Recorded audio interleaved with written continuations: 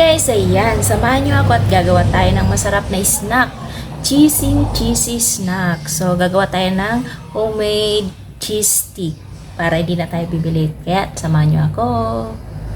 Sisimulan nga natin sa pagtatakal ng isang cup na all-purpose flour. Any kind of flour pwede naman po. At tatakal din tayo ng half cup of cheese powder. Nasa sa inyo kung gusto nyo dagdagan or bawasan. Pero yung measuring nito ay saktong-sakto naman po. Gagamit din tayo ng butter. Tutunawin natin at magsalang na tayo ng kawali. Ali po, tutunawin natin ang ating butter or margarine sa pinakamahinang apoy lamang nang sa ganun hindi ito masunog para maganda ang kakalabasan pag naluto na ang ating recipe for today's video. Tunawin lang ng maigi at pag natunaw na nga po, papatayin na nga muna natin ang ating kalan. At aside natin at habang pinapalamig natin yon, ayan, dito naman tayo sa ating all-purpose flour at cheese powder. Haluin lang natin maigi ang dalawa para mag-combine sila all together. At pagkatapos nun, naglagay ako ng half cup of water at sa ating tinunaw na butter, and then ilalagay ko na nga po ang ating all-purpose flour and cheese powder at halu-haluing maigi. Sa ganun maluto ito ng maayos at ganyan na nga ang texture niya. Luto na po yan at iti-turn off na nga natin ang ating kalan at nag-add na nga rin po ako ng grated cheese. Optional lang ito mga mami, pwede namang hindi, pero pag meron na lang naman kayo sa inyong mga ref, lagyan nyo na para adagdag flavor at cheesy talaga ang ating cheese stick. So ayan, okay na yan at iset aside natin. Dito naman tayo sa lumpia wrapper. Bali, hatiin lang natin yan sa apat para marami tayong magawa. Ayan, ganyan lang po. Sundan nyo lang po ang aking ginagawa. Para sakto lang yung laki niya at tulad nga ito ng sizes na nabibili sa palengke. Para magustuhan lalo ng ating mga chikiting at ma-excite silang kainin. And after that, ito na nga tayo sa pinakamatagal na process. So, pagbabalo. And lalagyan nyo lang ng saktong amount ang inyong mga lumpia wrapper. And then, i-fold both side. Then, roll. Ganun lang naman siya kadali. Pero matagal nga lang siya gawin kasi nga maliliit lang yung ating cheese stick. Bite size ika nga. And then, yung pang-lock naman natin, nagtunaw lang ako ng cornstarch na may tubig para mag-serve ito na lock sa ating mga cheese stick para hindi ito mag-open pag ipiprito natin. Ulit-ulitin lang hanggang matapos ang prosesong ito at hanggang maubos nyo na maibalot ang inyong mga mixtures.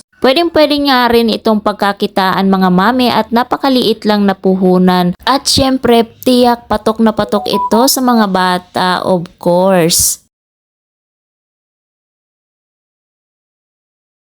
So yun guys, marami-rami din. Pero di pa tapos, meron pa tayong tira.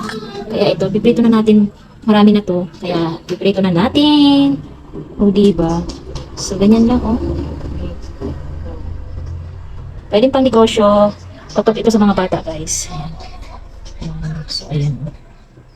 Dito na natin.